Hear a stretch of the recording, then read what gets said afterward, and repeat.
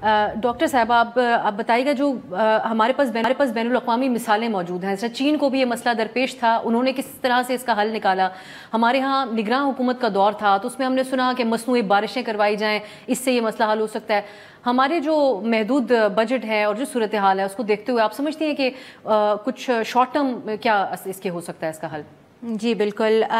جب انوائرمنٹ اور climate change کا اتنا شور شرابہ نہیں تھا اور یہ انڈسٹریل ریولوشن سے گزر رہی تھی ڈیولپنگ کنٹریز، تو انہیں بھی یہ مشکلات سب درپیش آئی تھیں جب ان کی فیکٹریز کول پہ چلتی تھیں یا نیچرل گیس پہ اور نیچرل فیولز پہ چلتی تھیں، تو وہاں پہ بھی بہت زیادہ ایئر پولوشن تھی.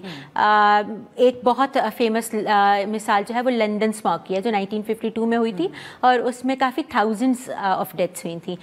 اس کے بعد انہوں نے سبق سیکھا اور long term and short term planning کو دونوں کو ملا کے انہوں نے ایسا نظام بنایا ہے کہ آج ان کی ہوائیں اتنی صاف ہیں کہ آپ باہر جائیں تو آپ کو بادل اور آسمان سب کلیئر نظر آتے ہیں، اور اسلام آباد میں، لاہور میں آپ آسمان کی طرف دیکھیں تو ایک ہیزی سی لیئر نظر آتی ہے. فرق سامنے نظر آتا ہے کہ صاف ہوا کیسی ہوتی ہے اور خراب ہوا کیسی ہے.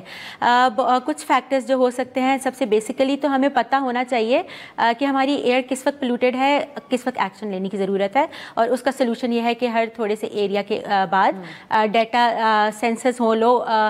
جو لو کاسٹ سینسرز آج کل بنا چکے ہیں، ریسرچ اتنی زیادہ ایڈوانس ہو چکی ہے اور ڈیٹا ہمیں ملتا رہے، اور جیسی ایک فیز آتا ہے جس میں پولوشن کا تناسب ہوا میں زیادہ ہوتا ہے تو وہ آپ کو الرٹس جاری کر دیتے ہیں. سینسرز ہونا بہت ضروری ہے. سینسرز کے علاوہ check and balance on all forms of activities جو کسی نہ کسی طرح سے فیولس یوز کر کے اور ان کو امٹ کر رہی ہیں کوئی نہ کوئی ویسٹ انٹو دا ایئر، سب کا چیک اینڈ بیلنس ہونا چاہیے. اس کی طرف جاتے وقت جو چین نے بھی کیا، جو لندن میں بھی ہوا، جو پورے یورپ میں ہو رہا ہے، وہ اب کلین انرجی سورسز کی طرف جا رہے ہیں. آئل اور گیس کو چھوڑ کے اب وہ ایسی ٹیکنالوجی یوز کریں جس سے ہوا میں امیشن بہت کم سے کم ہو. اگر ہوتی بھی ہے تو وہ اس کے اب ٹیکنالوجی اتنی ایڈوانس ہو چکی ہے کہ وہ اسکربرز لگا لیتے ہیں جو کہ ایئر میں چھوٹے چھوٹے ذرات اور کاربن ڈائی آکسائڈ کے اور کاربن مونوکسائڈ کے پارٹیکلز یا ڈسٹ کے پارٹیکلز ہوا میں چھوڑنے سے پہلے ان کو فلٹر آؤٹ کر لیتے ہیں اور وہ ادھر پھر وہ ان کو ڈسکارڈ کر دیتے ہیں. ہوا میں پولوٹنٹس نہیں چھوڑے جاتے. تھرڈلی گرین ایریاز ہونا بہت ضروری ہے.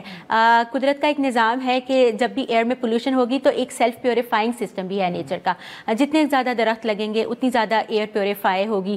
تو جہاں پہ بھی ڈیولپمنٹ ہو رہی ہے وہاں پہ گرین ایریاز رکھنا بہت ضروری ہے. 3-4 چیزیں ہیں جن کو لانگ ٹرم میں لے کے چلنا ہے. باقی جو مصنوعی بارش ہے اور الرٹس آ گئے اور جلدی سے ہم لوگوں نے 2-3 مہینوں کے لیے بین کر دیے کچھ ایکٹیویٹیز، وہ سب شارٹ ٹرم سچویشنز ہیں. شارٹ ٹرم پلانز بھی کام کریں گے کیونکہ ایمرجنسی سچویشن اتنی زیادہ ہے کہ شارٹ ٹرم بھی ایکٹیویٹیز ہمیں لینی پڑیں گی، لیکن لانگ ٹرم از دا وے جس سے ہمیں سسٹینیبل سولوشنز ملیں گے.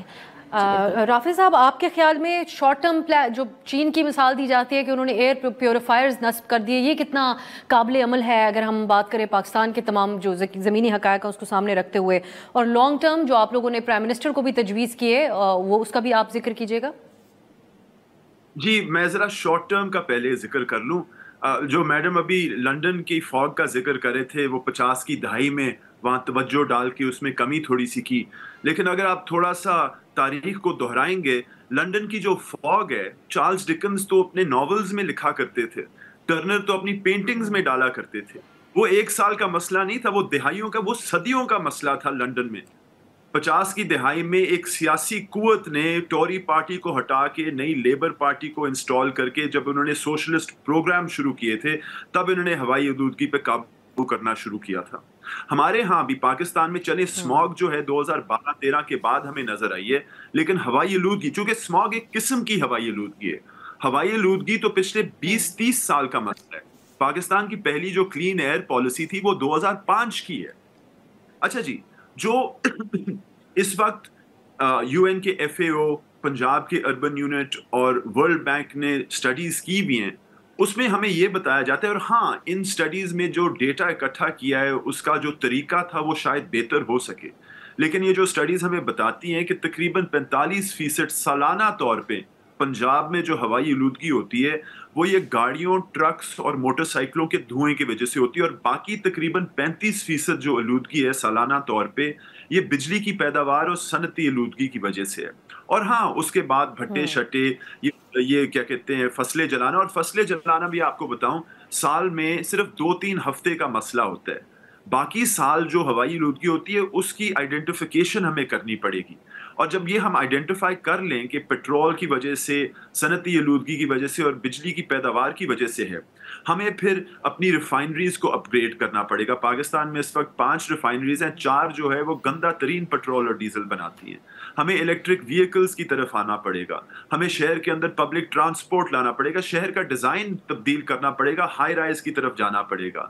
ہمیں رینیوبل انرجیز، جو کہ ہم نے یونائٹڈ نیشنز پیرس اگریمنٹ میں کہا ہے کہ ہم 2030 تک 60% پاکستان میں جو بجلی کی پیداوار ہے وہ رینیوبل سے لے کر آئیں گے، اس پہ توجہ ڈالنی پڑے گی.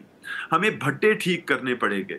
ہمیں یہ فصلیں جو جلتی ہیں اس پہ قابو کرنا پڑے گا. اور یہ ساری چیزیں اینڈ مور سب ایک وقت ہمیں کرنا پڑے گا. It's not just about crop burning اور فیول، یہ ساری چیزیں کرنی پڑیں گی.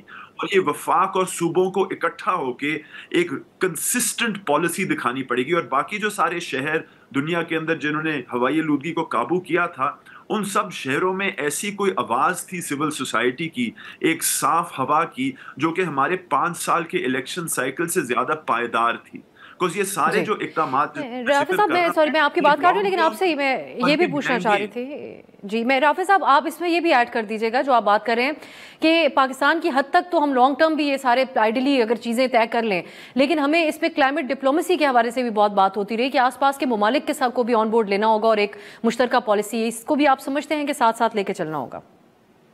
بالکل چلنا ہوگا جی. کابل کو بٹھانا پڑے گا، دلی کو بٹھانا پڑے گا، کھٹمنڈو کو بٹھانا پڑے گا. اور بیچارے جو بنگلہ دیش میں ڈھاکہ ساری جو آلودہ ہوا جو لیتے ہیں ان کو سامنے بٹھانا پڑے گا.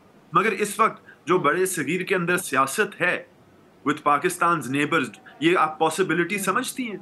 میرے خیال میں جتنے لوگ جو یہ پبلک ہیلتھ ایمرجنسی ہے، یہ تو ایک ارجنسی ہونی چاہیے سارک کے اداروں میں اس طرح کی کلائمیٹ ڈپلومیسی کی. لیکن بات پھر کس چیز کی ہوتی ہے؟ کسی اور چیز کی ہوتی ہے. اب جب جان پر بنی ہے تو پھر تو کچھ نہ کچھ کرنا ہی ہوگا. یہ ایک ایسا مسئلہ ہے جس میں کسی انسان کے اختیار میں تو یہ معاملات نہیں ہیں.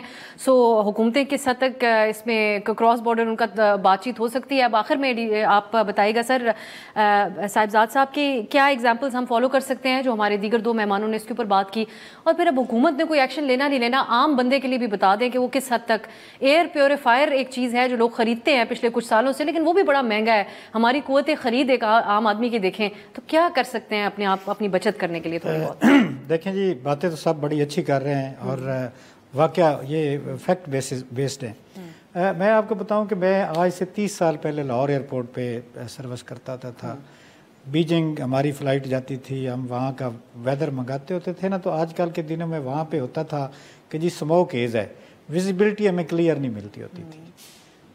انہوں نے کس طرح کیا ہے کہ جی ایک تو جناب وہاں پہ انہوں نے اپنی ٹریفک جو ہے نا وہ اس کو تبدیل کر دیا ہے کہ جی الیکٹریسٹی پہ زیادہ ٹریفک ان کی آ گئی ہے. پچھلے سال میں بیجنگ میں گیا ہوں، اسی سیزن میں گیا ہوں، تو اتنا کلین موسم تھا. اب گاڑیاں جا رہی ہوتی تھی، گرین نمبر پلیٹ وہ کہتے تھے کہ جی یہ اس پہ ہے الیکٹریسٹی پہ، اور بلیو نمبر والی بڑی کم نظر آتی ہے. اور ہمارے ہاں ابھی تک یہ رجحان نہیں ہے الیکٹرک کارز کی. تو یہ چیزیں جو ہے نا انہوں نے اپنا یہ لانگ ٹرم پلاننگ بنا کے یہ گاڑیوں کو جو ہے نا وہ سب سے، اب دیکھیں نا جب بھی آپ ڈیٹا کلیکٹ کرتے ہیں نا تو سب سے زیادہ گاڑیوں کا حصہ آتا ہے. چنگچی رکشے اتنے زیادہ ہو گئے ہیں جن پہ آپ ویسے اس پہ اوپر یہ لکھا ہوتا ہے، جب اس کی بک آپ لیتے ہیں نا موٹر سائیکل کی تو اس پہ لکھا ہوتا ہے کہ جی 100 kg سے زیادہ وزن نہیں ڈالنا. آپ نے کیا کیا ہوا ہے جی کہ 100 kg سے زیادہ تو اس کے پیچھے رکشہ ہے اور 10 سواریاں پھر اس کے اوپر بٹھا کے پورا زور، اور وہ پھر آپ جیسا بھی آئل اس میں ڈال دیں تو وہ بیچارہ کیا کرے گا.